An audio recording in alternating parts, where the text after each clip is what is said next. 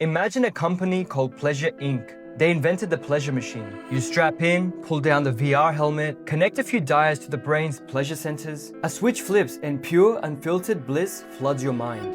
Anything you want, you can have. A beach vacation with supermodels, sampling cuisine from every corner of the world, endless entertainment, endless desire, instantly fulfilled.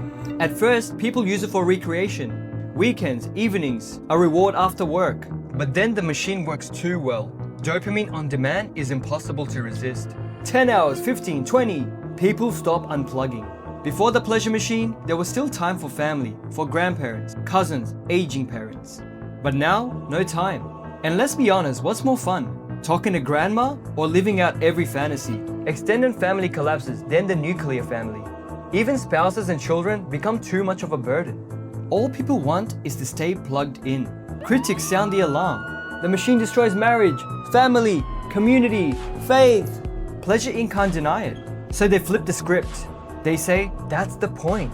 Marriage, family, religion, all chains of obligation, sources of conflict, judgment, even abuse. Why bother with pain when you can have endless pleasure?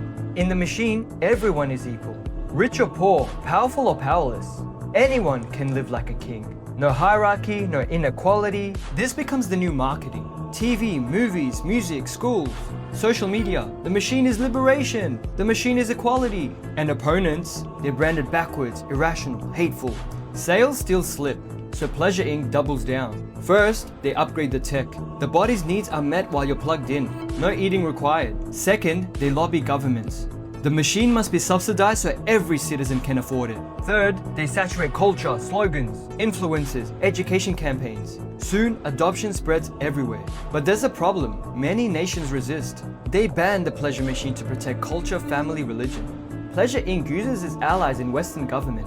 A new international law has passed. Access to the pleasure machine is a fundamental human right. Nations must subsidize it. Anyone who refuses is branded totalitarian. Media shows crying children in poor countries. Look at these monsters. These children suffer because they're denied pleasure. What are you, some kind of terrorist? Sanctions follow. Population starve. And if that doesn't work, military intervention. Cities are bombed, puppet rulers installed. Dissent crushed. All to guarantee uninterrupted access to the machine. Of course, open dictatorship would look bad, so controlled opposition is allowed. Progressives argue, use the machine 24 hours a day. Conservatives argue, no, that's too extreme, only 18 hours. Either way, the machine is here to stay. Technology advances further. No more bulky helmets, no more chairs. The machine is implanted directly into your body. Everyone is permanently wired. No family, no culture, no community, no God. Only desire, only dopamine. The last resistors whisper, this is the end of the human race. But Pleasure Inc. scoffs, how can it be the end when we've given people everything they've ever wanted? This isn't just science fiction. It's the logical conclusion of a culture that worships pleasure and calls it freedom. Every time people are told to throw up obligations to family, to community, to faith, they're being nudged towards the machine. Not by chains, not by force, but by the promise, enjoy yourself, be free. And that's how you exactly enslave the world. If the pleasure machine is the destiny of a world that bows to desire, then the only way out is a life that refuses to bow to desire.